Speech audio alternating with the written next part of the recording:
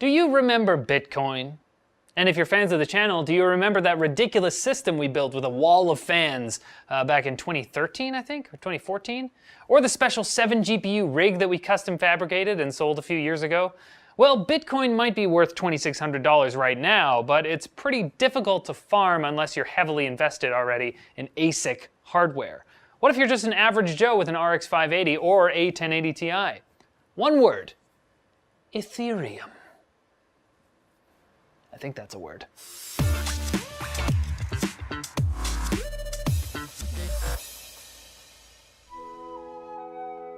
Working across multiple computers is a messy process. It's way too easy to click and type on the wrong system, which can cause unnecessary stress and frustration.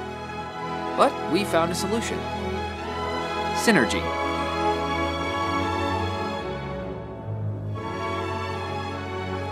Synergy is a software application that lets you control multiple devices with just one mouse and keyboard. You can drag and drop files, share your clipboard, and more across Windows, Linux, and macOS. Find out more and get 50% off using the link in the description. So what is Ethereum? Well, it's an open source, decentralized blockchain application platform for executing smart contracts. If you're not sure what that means, then don't worry. To be honest, the concepts are a bit over our heads as well. If you're really interested in learning what Ethereum is, then take a look at this great guide written by Anthony Lewis. What we're more interested in is the hardware aspect of it all, and how you can get started on making an Ethereum mining rig. Just remember that this isn't a get-rich-quick scheme, so make sure you run the numbers to see if you'll be profitable before spending hundreds or thousands on a rig. Now the first step is setting up your system. Just like Bitcoin, all of your computing power will be based on graphics cards. Processor, memory, storage, they'll all have negligible effects on your mining power. So find a good motherboard with a lot of PCIe slots and get to work collecting video cards. Video card performance is calculated by their hash rate, which is most commonly measured in mega hashes per second. Your goal is to spend as little money and power as possible while maximizing your hash rate. To make things simple, here's the list of recommended graphics cards with a hash rate of 25 megahashes per second and above. Anything lower and it really isn't worth using, as you'll be mining way too slow to ever be profitable. You'll end up paying more money for your electricity bill than your mining rig can accumulate, and like Grandma used to say, that ain't beans, Jeremy. Now, on the AMD side, anything faster than an RX 470 with 4 GB of RAM or more will do. That includes the RX 480, 570, 580, the R9 Nano, R9 Fury X, and even an R9 390. On Nvidia's side, your options are a lot more limited and expensive. There's the GTX 1070, 1080 Ti, and Titan XP. Sorry Nvidia, but we'd suggest sticking with AMD for this one. Now, we mentioned ASIC hardware earlier. Unlike Bitcoin, don't bother with getting ASIC hardware for Ethereum.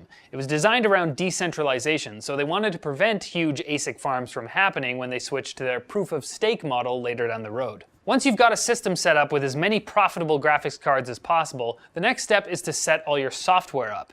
Windows, Mac, and Linux will all work wonderfully. Windows is easiest to set up, while Linux has the lowest overhead and produces marginally better performance. We'll go with Windows since that's what we're most comfortable with. Now remember, we're using each video card independently, so you don't need to worry about things like SLI bridges. To get started mining, you'll need a wallet and a mining pool. A wallet is just that, a wallet for your hard-earned currency. There's a lot of different types, but to get started, a desktop or online wallet is good enough for now. If you decide to invest more heavily in Ethereum later on, then it may be wise to pick up a hardware wallet such as a Legit Nano or Trezor. We went with My Ether Wallet, which is an open source wallet that functions as both a desktop and online wallet, as well as being compatible with hardware wallets as well. Follow their step-by-step guide, and remember, do not forget or lose your addresses and passwords. These are as important as your bank card number and PIN code. If someone gets a hold of this, then they have access to all of your digital currency, which we don't want. Next, you'll need to set up the mining process itself. We recommend most beginners mine as part of a pool, since it's much easier to learn on.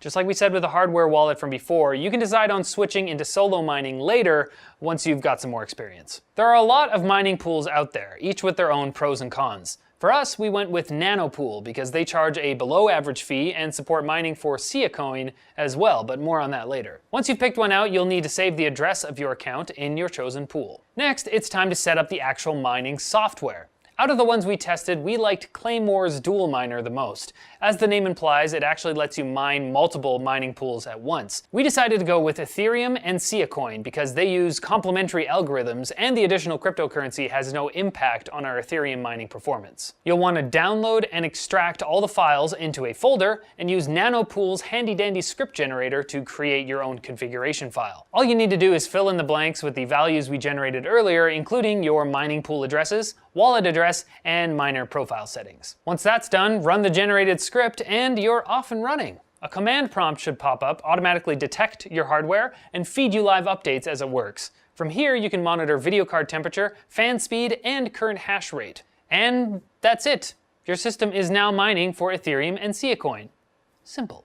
And remember, this was an ultra quick start guide. There is room for improvement in almost every step of this, so do your research, read forums, and you can continuously tweak your system for the best performance possible. For our testing, we used an Intel i7-7700K processor, 32 gigs of HyperX Predator DDR4 memory, an Asus Z270 TUF motherboard, and an ADATA SP920 SSD. For video cards, we threw in a reference NVIDIA Titan XP and a 1080 Ti. At stock clock speeds, with the fan speed set at 75%, we hit an average of 69 megahashes per second mining for Ethereum and 690 megahashes per second mining for Coin. We stayed within 72 degrees and 60 degrees respectively, which is much better than the temperatures we saw with Bitcoin. Now, in case you're thinking, what, free money? I'm gonna be rich, dude. Let's put things in perspective. The price of Ethereum at the time of filming this is $321. Ignoring the cost of the parts, electricity, and the fee of our pool, we would make $85 in 1 week and $364 in 1 month of non-stop farming. Coin is worth approximately 1.9 cents per unit, so in a week we would only make $11. However, since that one doesn't affect the performance of Ethereum, it's a good backup in case the value ever increases dramatically. The difficulty for mining will keep increasing though, which means that over time you'll be mining less and less money. Which leads us to the ultimate question of cryptocurrency mining: is this all even worth it? Well, that's for you to decide. Like we said earlier, do your research, find out how much you would pay for electricity for all this, what your overhead costs would be, how much cryptocurrency you would be mining, and figure all that stuff out before you jump in head first. Be smart. That's it for this video, guys. Thanks for watching. You can click over here for previous videos. Check us out on Twitter over here. Those are our handles. But as always, like the video if you liked it, comment below for fans with benefits, and subscribe for more videos like this from NCIX. And let me know how you feel about me being closer to the camera like this, so the chair is really creaky. We'll see ya.